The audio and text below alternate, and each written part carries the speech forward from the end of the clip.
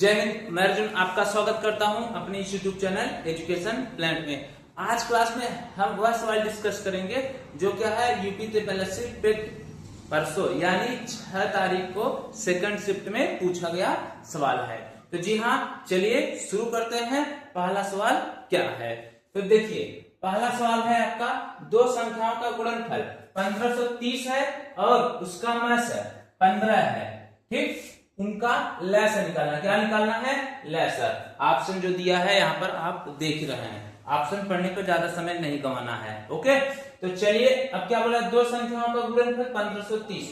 तो देखिए इसका कॉन्सेप्ट क्या होता है, पहली संख्या गुणे दूसरी संख्या बराबर एलसीएम यानी लैसर गुणे एचसीएल।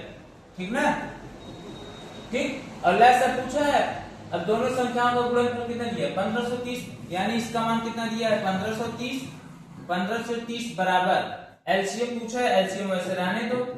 ठीक, गुणे एचसीएम कितना दिया है? 15।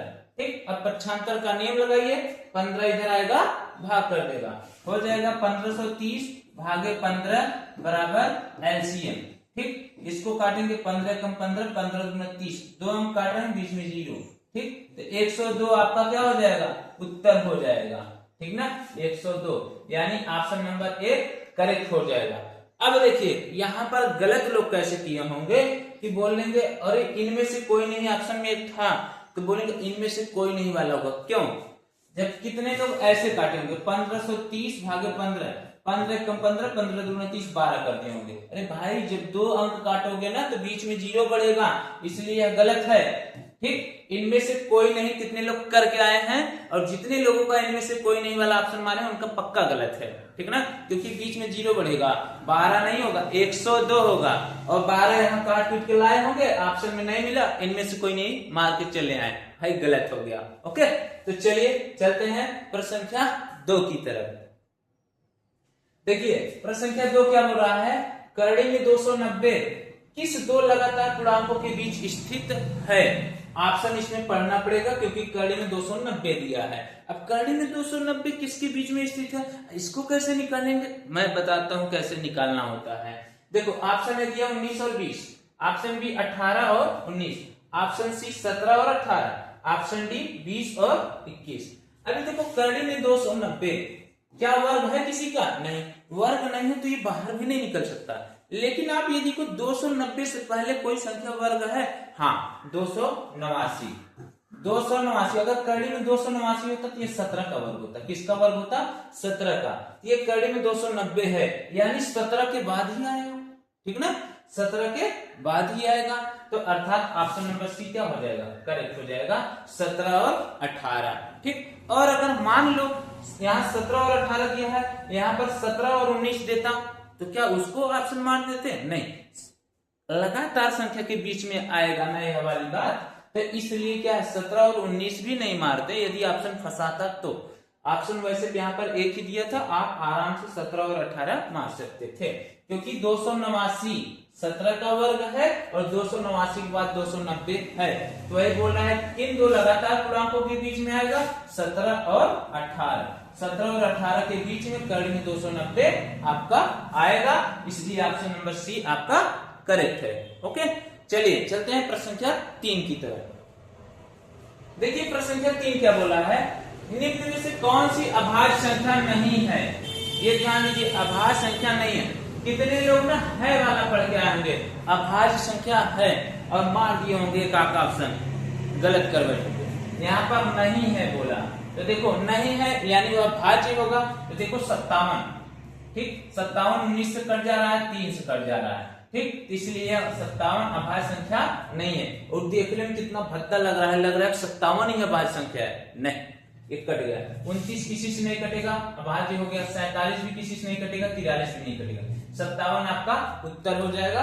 ऐसे सवाल को आपने चुटकियों में कर सकते थे बस ऑप्शन देखकर। ओके, चलिए चलते हैं प्रश्न संख्या 4 की तरफ। देखिए प्रश्न संख्या 4 क्या बोला। अब प्रश्न संख्या 4, अब डाटा बड़ा लिखने से सवाल का उत्तर बड़ा नहीं होता या सवाल कठिन नहीं होता।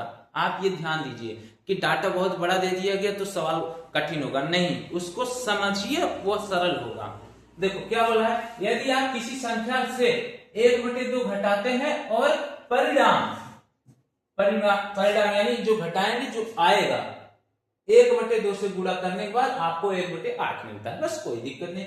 मान लीजिए संख्या x है, अब x से 1/2 घटा रहे हैं, तो x से 1/2 घटा रहे हैं, यही परिणाम होगा, यही आपका परिणाम होगा ना, घट तो रहेगा नहीं क्योंकि सजाती और विजाती है, तो यही परिणाम हो गया। अब बोले इसमें 1/2 1/2 का गुणा कर दो, अब बराबर कितना मिल रहा है 1/8। लो कितना सरल है, बन गया, ये बराबर में था तो 2 चौको 8 कट गया, x माइनस 1/2 बराबर 1/4, 1/2 उधर जाएगा प्लस में हो जाएगा 1/4 प्लस 1/2, ठीक। अब देखो इतना आप करेंगे तो 2 दूना 4, 2 एक कम 2 और 4 एक कम 4, 6/4 दूना 8 काटेंगे, 2 3 6 2 चौको 8, 3/4 आपका उत्तर हो जाएगा, जो कि ऑप्शन नंबर बी में गिवन है। अब देखिए प्रश्न बड़ा दिख रहा था, तो क्या यह उत्तर और लगाने का तरीका या सवाल कठिन है? नहीं, बस उसको कॉन्सेप्ट पढ़ना था, कैसे क्या बोल रहा है उसी तरीके से चलना था। लोग फंसे कहाँ होंगे, यहाँ परिणाम क्या होता है भाई, यही सोचेंगे अरे परिणाम, अरे भाई परिणाम यही उत्तर। अब बोलेंगे उत्तर तो मिल ही नहीं रहा है, x-2 है, ये कौन सा उत्तर होगा? अरे भाई जब घट नहीं रहा है तो वही परिणाम हो गया ना, वही चीजें था, ठीक। तो चलिए चलते हैं प्रश्न संख्या 5 की तरफ और आज क्लास का अंतिम प्रश्न। तो देखिए प्रश्न संख्या 5 क्या बोल रहा है, 1 घंटा 40 मिनट का 12.5% क्या है? अब कितने लोग 1 घंटा 40 मिनट सोच रहे होंगे कैसे करें, तो पहले ऑप्शन में देख लो, ऑप्शन मिनट में दिया है, इसका मतलब 1 घंटा मिनट को घंटा और मिनट दिया तो टोटल मिनट में बदल लो। 1 घंटा में कितने सेकंड 60 और ये 40 मिनट, सॉरी 1 घंटा में सेकंड बोल दिया मैंने, 1 घंटा में कितने मिनट 60 मिनट और यह मिनट है 40, तो 60 और 40 100 मिनट हो गए, कितने मिनट हो गए 100।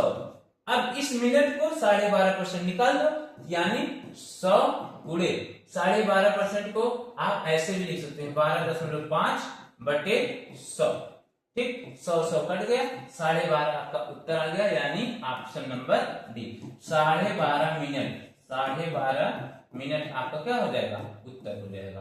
तो देखिए ऐसा सवाल पूछा था, ठीक ना, यह कक्षा 8 के लेवल तक का सवाल था, बहुत हुआ सवाल नहीं थी यूपी त्रिपल पेट के मैथ में। जो लोग बोलते हैं मेरा मैथ कमजोर है इसलिए परसेंटाइल कम है, नहीं भैया आप मैथ कमजोर नहीं, आप मैथ में प्रैक्टिस ही नहीं किए, ठीक। 8 तक का एनसीईआरटी पढ़ लीजिए, मैथ धुआं कर देंगे, ठीक। तो चलिए मिलते हैं अगले क्लास में, तब तक के लिए जय हिंद।